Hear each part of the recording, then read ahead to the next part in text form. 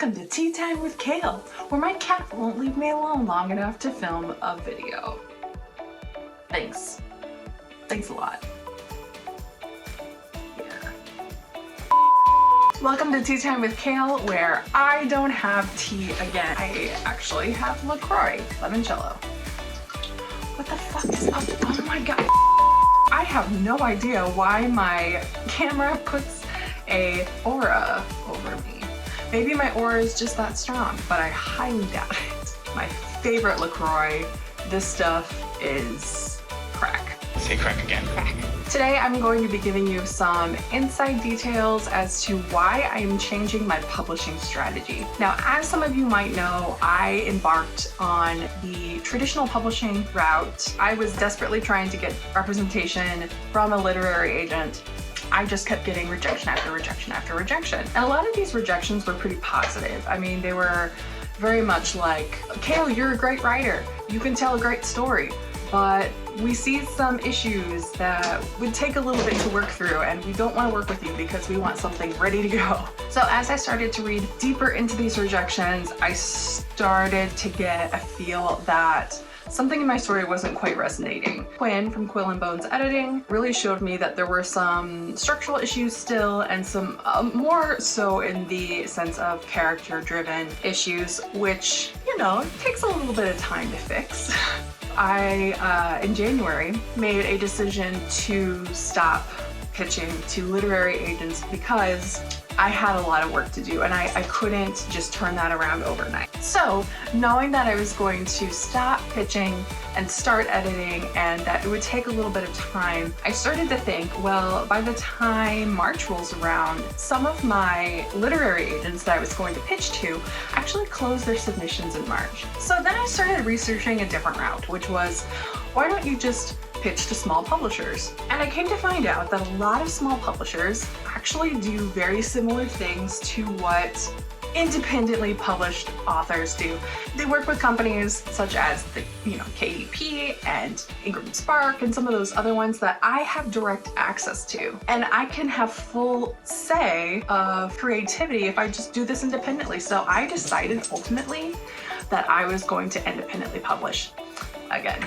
Now, the first thought I had after I came to that conclusion was, wow, everyone's gonna be so disappointed in you and not getting your book traditionally published, which was your dream, Kale, if you remember. Yes, I do realize that. But also I realized that I have a lot more experience in marketing and just book industry stuff in general than I did back in 2016 when I independently published my first book, Awesomeness. With that story, I actually did not have a lot of funds behind me for marketing, and I didn't hire a cover artist. I did the art myself. So ultimately, I kind of felt like a failure after Alex and Wonderstrand, and I didn't want to do independently published work again if it was going to end up the same way that Alex and Wonderstrand did. So I actually went back and watched one of my videos that I put up here on Instagram, and I said this.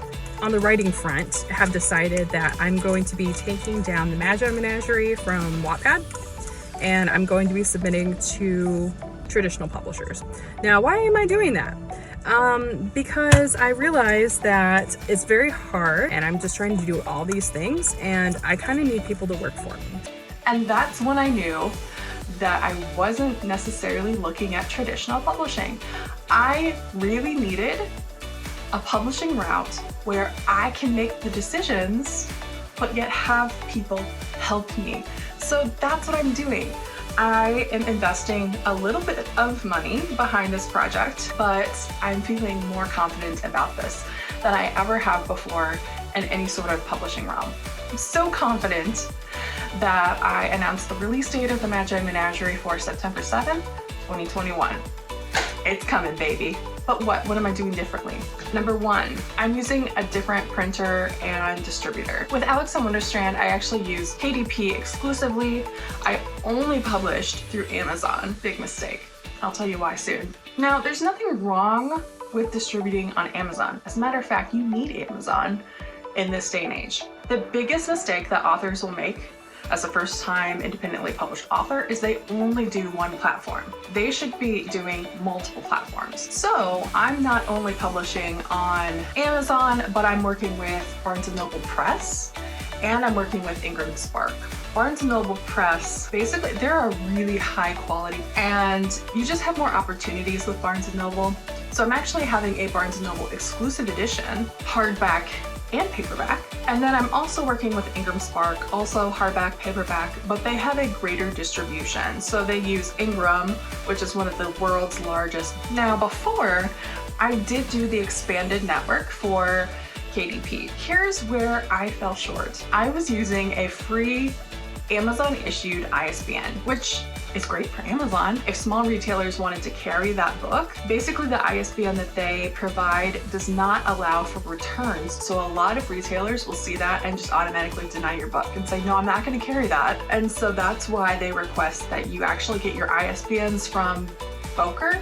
I don't know how you say it. I purchased 10 ISBNs. They can be used on all platforms, but this will give me some greater options actually for distribution. Also, one of my biggest hangups was marketing. With Awesomeness, I think I maybe invested like $500 on Amazon marketing, and I did some social paid media, but it didn't get me that far. So this time around, I am going all out. I actually signed an agreement with a publicity company. I'm so excited to be working with a team of professionals who have done this before for traditional publishers and independently published authors. Also, I am not designing the cover. I know that I can design to an extent, but what I'm envisioning for the cover is nothing that I can do. So I actually hired a cover designer, and they'll be working with me on that in April. I'm working with super talented people to bring my book trailer to life. I have successfully licensed a song that I've been listening to literally on repeat since I started writing this story, and can legally now use it in this project, and I'm so excited. Like, you know, working with the music company to actually do this was just beyond awesome. Another fun thing that I'm really looking forward to is the fact that I can do pre-orders.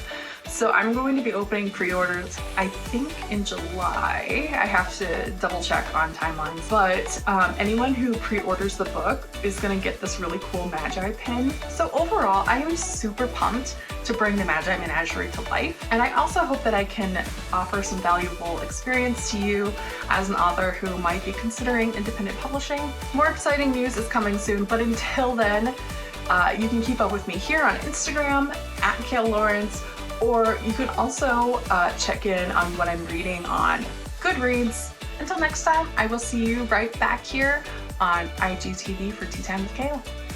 Cheers!